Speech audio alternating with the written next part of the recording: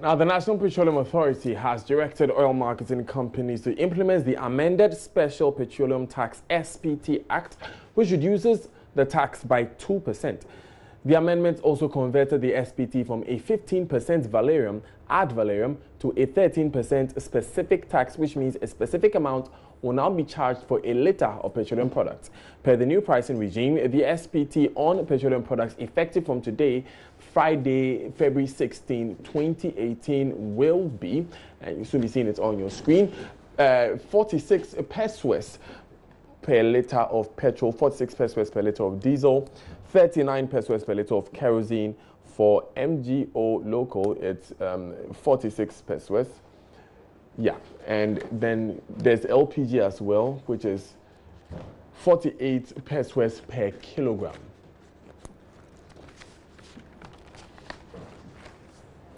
Now, Parliament on Thursday passed the bill following agitations by Labour and the Chamber of Petroleum Consumers (COPEC) against rising fuel prices. COPEC says the reduction is welcome news, but it had hoped for a total scrapping of the controversial tax. The minority, however, is calling for a scrapping of the special petroleum tax and not a reduction. Adam Mutawakilo is a member of Parliament for Damongo. He is minority spokesperson on energy. He's here with us in the studio. Welcome, sir. Thank you very much. Right, so to begin with, we know the back and forth that started in Parliament yesterday about what the majority now said when they were in the minority. They staged a walkout when the special petroleum tax was being passed. But you're a member of the Mines and Energy Committee.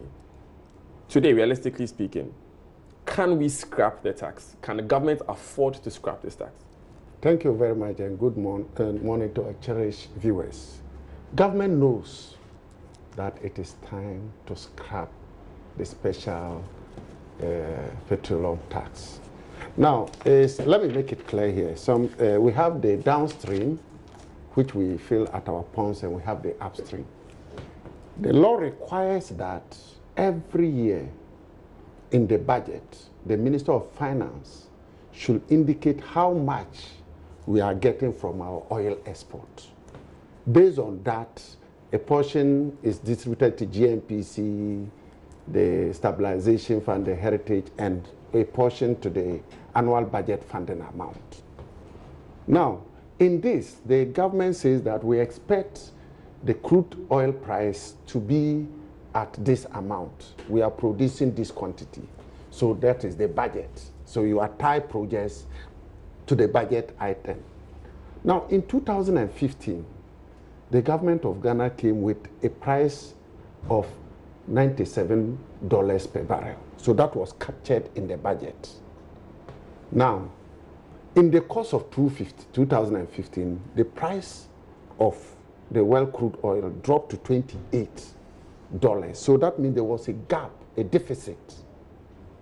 So government, in order to meet the budget projects that we have tied to the revenue, the special petroleum tax came in to fill in that gap. So that's why it was introduced. Now, fast track to 2018. In the budget, the Minister of Finance said the benchmark price, that is the price they expect the crude oil price to be in the whole year, of which they use for the budgeting, $57 per barrel.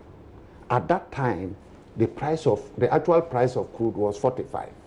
So that means there is a deficit of $12 per barrel. Mm-hmm. Now that deficit, the special petroleum tax is supposed to fill in that gap. Mm-hmm. Now, as time goes on, the actual price rose and now it is above 60, which is beyond the benchmark price. So now government is making windfall, that is surpluses, from the sale of our oil. And therefore, there is no any deficit to fill in. And therefore, the special petroleum tax becomes irrelevant and need to be taken out. And that is the basic principle. Every tax that came to Parliament had a purpose, like the ESLA, Energy Sector Levy Act. The purpose was to settle the legacy debts. Toll debt recovery levy that was introduced by MPP during the first MPP time was to what? To pay off toll debt. The stabilization levies is to stabilize prices. Special petroleum tax is to fill in the gap between the benchmark price when the actual price is below the benchmark price. Once the actual price is above the benchmark price, government is making a windfall. That means government is getting more money from the export of our crude oil than what is anticipated.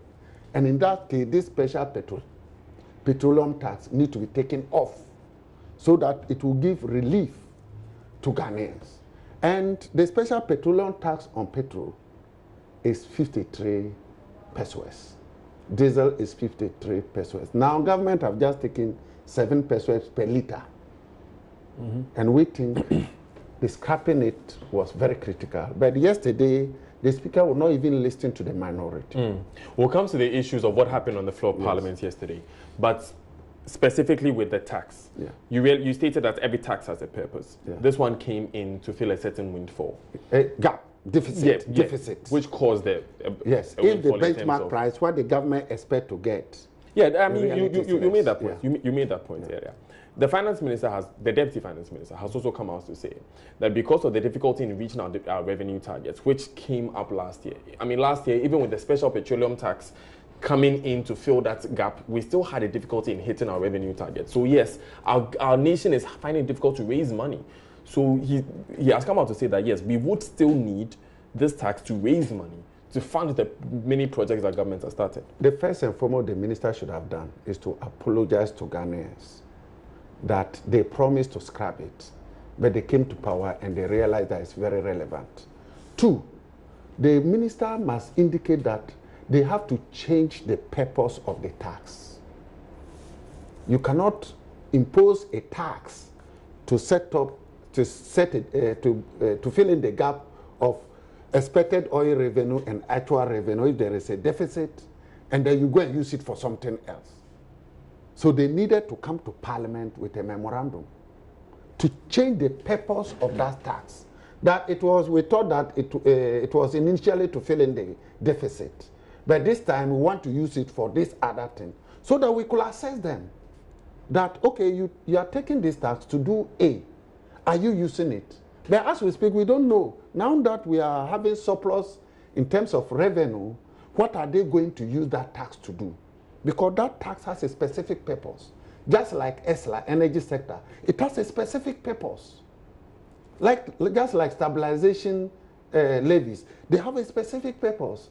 Just like toll debt recovery levy, it has a specific purpose. So if you want to change the purpose for which you need the money, you come to Parliament. The point you're trying to make is that it will be difficult to hold government accountable if you do not know what exactly the monies will be used for. Because before us and on record, is supposed to balance the deficit. But now they need that money to do something else, come back and change the purpose of the tax.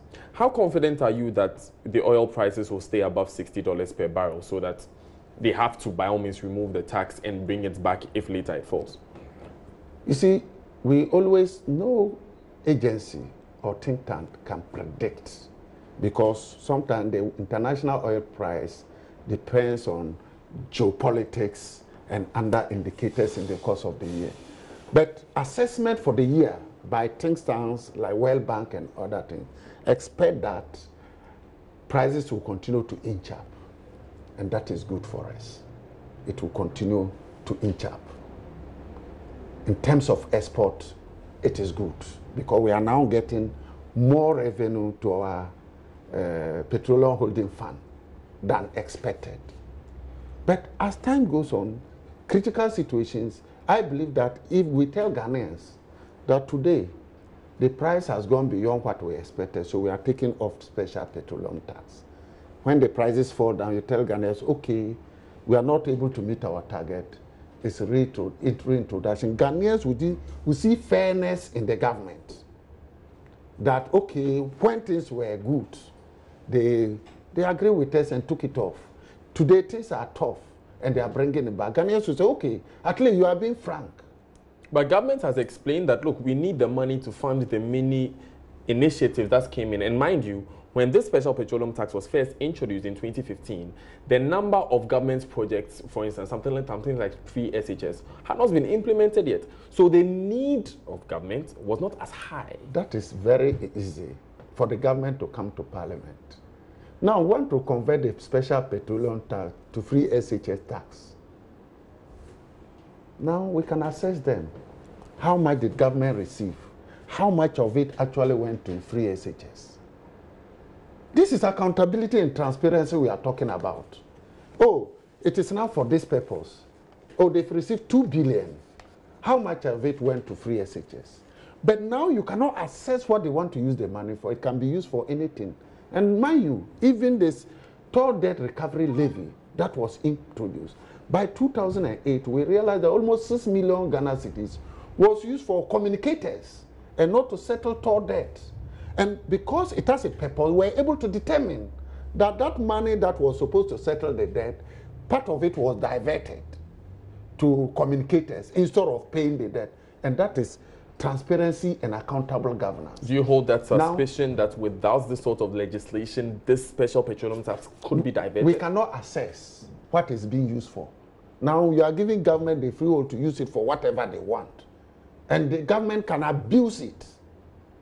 Government can abuse it. You suspect they will abuse it? They can abuse it. That is why we want them, if they want to change it to another project, they should come. Change the purpose. So that we can now say, okay, 2 billion Ghana cedi has come. At the end of the day, what did they use it for? They said they will use it for this project. Has it been carried out? So that they can account clearly for it. But as we speak, that special petroleum tax, it's like money they can decide to use it for whatever they want. That makes accountability difficult. My final question would be that there are some margins in the petroleum price build-up. I have it here. There's the bust margin, there's the fuel tracking margin, there's this energy debt recovery levy. So the bust margin, for instance, is supposed to support bust. But we know that bust has become a profitable venture now. No. And so is it not the case that some of these taxes have already outlived their usefulness? Now, BOS, we have to know what the purpose of BOS is for strategic reserves. BOS is supposed to ensure that we have enough fuel in case there is any problem within. That's the purpose of the company. That is the purpose. So they need some margin to be able to manage it. But are they not making money enough now to be able to manage their affairs? Okay. Let me still go ahead. BOS, they came out and said they made 35 million Ghana cedis profit. I know profit is different from cash flow. And when they mention it, I just realized that these people are making politics. Let me tell you, last year, GNPC, BOS couldn't pay a debt. GNPC has to cough $100 million to support BOS because it owes a company called Litasco. You have the documents to back? Oh, I have. This is a work program. That was last year what we approved. And they have to put a case why we should approve $100 million for GNPC to support BOS. And they promise that they have some fuel in stock at all when they worth $54 million. And that when they dispose it, they sell it, it will be used first to defray that $100 million, leaving 46 to pay. Today, 2018 work program, GNPC is requesting extra $60 million to support BOS, which we are still questioning. Today, we'll be meeting the CEO of GNPC. So you dispute the fact that BOS is profitable? When people come and say, BOS, if you are profitable, why should GNPC be pumping this money? But let me be clear that when GNPC during our time supported even car power, it was a problem. They said GNPC wasn't a bank. Remember? They said GNPC wasn't a bank. Today. Yeah. But the court ruled on it, didn't it? The court threw those 3 MPs out, and but they make political you can go propaganda by principle. By principle, if you agree that that was wrong in your view, even if the God rules and you come to power, you stick to your principle. Right. Back to the issue of margins in the petroleum price build-up that may have outlived their purpose. The toll debt recovery levy. So, Toward the recovery levy, I believe that the moment the ESLA was introduced, TOR is part of the energy sector and it will set off energy debt. It should be reconsidered. Very important. It should be reconsidered. And it was not reconsidered by your government when you were in power. We hadn't passed the ESLA. And when we passed it, it was still raking in revenue. And part of the toward the recovery is part of the ESLA as well. Part of it. So when we passed the ESLA, we expected that after a year, that's why we had a sunset clause, that within 5 years, we should be able to clear off the debt and put it on a ceiling plate. And the ESLA Act comes to an end. So you felt like after a year of collecting the energy sector levies, you could remove the toll debt recovery levy? No, in 5 years. After 5 years? Yes, actually, the Minister of Finance had renegotiated the interest rate from the bank. Some amount were paid to the banks in a bid to settle it within 5 years. That was the strategy.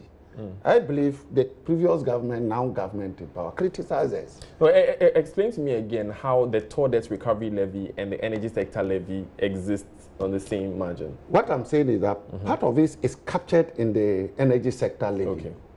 So that means it should be able to clear off. But this is the case where the toll debt should have been paid by now. No. Yes. But the point is when you don't put measures in place, and that is what is happening now. You see, there is a debt. We have to make sure that it doesn't continue incurring. And that is why our time we revamp toll. A revamping toll means that you have to borrow. And it was running efficiently until this government came in place. And what happened, one section of it caught fire. And even disposing of the scrap, they added good equipment. And I released a statement on that. You don't dispose of scrap by adding new equipment. So that means that there must be a cutoff point where TOR will not incur any debt any longer. Then we can handle what is left. And even the energy sector, I believe that this government, yesterday I spoke on it, you are working hard. While you are settling legacy debt, you are incurring additional debt. So that means this ESLA might not be ending even 15 years. Because last year, ECG alone incurred a debt of 600 million Ghana cedis. So while you are those are issues becoming and you are incurring more. Is that what's happened with toll, that as you were settling the toll debts, you were incurring more? Because I want to try and understand how come it's still being charged. That is what I said, that when we came, we need to revamp toll. And revamping it to operate, to be able to make profit, it needs to incur more debt. That means borrowing. So even though you were charging the levy, you were still borrowing. The levy wasn't enough to set off the debts because we have to restructure it to operate and become profitable. Now, it was profitable when we left office. Now, they are even thinking of making it as a storage farm that we are resisting. This government. Turning toll into a storage farm. They said they will put up a new refinery. Very soon, we'll be talking on that. And that toll will become a storage fund. How about the processing equipment? So it's been brought to Parliament by it's here to be laid. Okay. It's here to be laid. Okay. And I don't want to comment on it. You're right. It will become a typical topic very soon. Yeah, I'm sure we'll be calling you on that. Definitely. How government thinks it wants to do it, whether it's feasible or not. Okay, so are they looking to do it? Let's bring the conversation to an end. You were trying to establish how there are some margins in the petroleum price bill that could help, that could be taken out to cushion the Ghanaian. Yeah. And you made a point about how bust and toll must still be kept in there. Yeah, the purpose was to settle debt. Has toll debt been settled? The question is no. So the purpose hasn't been filled. How come? And that comes to the question. Then we go in to investigate. Special petroleum tax, has the purpose been achieved? Yes. So take it off. We are not even talking of the promises they made that, okay, when we come, we'll scrap it. You realize that last year we didn't talk of special petroleum tax because we criticized constructively because we knew that the benchmark price is higher than the actual price. And we know that there is that deficit. As at the time they were reading the budget, taking off special petroleum tax wasn't a problem because the benchmark price was higher than the actual price. Okay. But as time goes on, we realize that the actual price now has passed over the benchmark price. And government now is making additional revenue. In that case, the purpose is defeated. Then take it off. If you want to change the purpose, come to Parliament, change it so that we can now tell that now this money is to be used for A. At the end of the year, we assess you per what you have received and what you have delivered. Thank you very much, Adam Mutawakilo. Always a pleasure. Great speaking to meeting you here my brother. On News Desk. He's a member of Parliament for Damongo, speaks on energy for the minority in Parliament. Stay with us. This is News Desk.